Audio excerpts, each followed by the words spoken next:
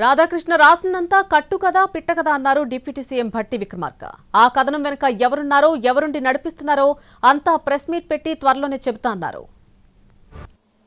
ఇక రాధాకృష్ణ విషయానికి ఈ కట్టు కథ పిట్ట కథ రాసిందని అన్నిటికీ అతను ఏ ఉద్దేశంతో రాశాడు, ఎందుకు రాశాడు, ఏ రాజకీయ ఉద్దేశం ఉంది, దాని వెనక ఎవరుండి నడిపిస్తున్నాడో అన్ని విషయాలు మళ్ళీ తిరిగి వచ్చిన తర్వాత నేను మొత్తం ఫుల్ ఫ్లెడ్జ్డ్ గా ప్రెస్ పిలిచి నేను మాట్లాడతాను. అప్పటి వరకు మాత్రం I just want to make it very clear to the people of Telangana that నేను ఈ బాధ్యతలో ఉన్నంత కాలం ఏ గద్దల్ని, ఏ దోపిడీదారుల్ని, ఏ వ్యవస్థీకృతమైనటువంటి క్రిమినల్స్ ని తెలంగాణ ఆస్తులపైన గాని తెలంగాణ వ్యవస్థలపైన గాని నేను పడలేను. I will be keep protecting those things. I will stand for that.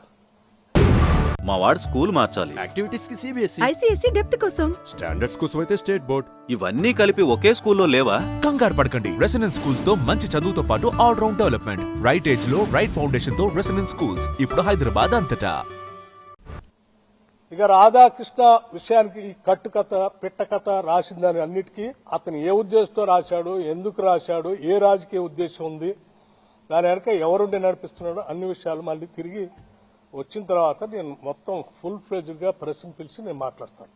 అప్పటి వరకు మాత్రం I just want to make it very clear to the people of Telangana that నేను ఈ బాధ్యతలో ఉన్నంత కాలం ఏ గద్దల్ని, ఏ దోపిడీదారుల్ని, ఏ వ్యవస్థీకృతమైనటువంటి క్రిమినల్స్ ని తెలంగాణ ఆస్తులపైన గాని తెలంగాణ వ్యవస్థలపైన గాని నేను పడలేను. I will be keep protecting those things.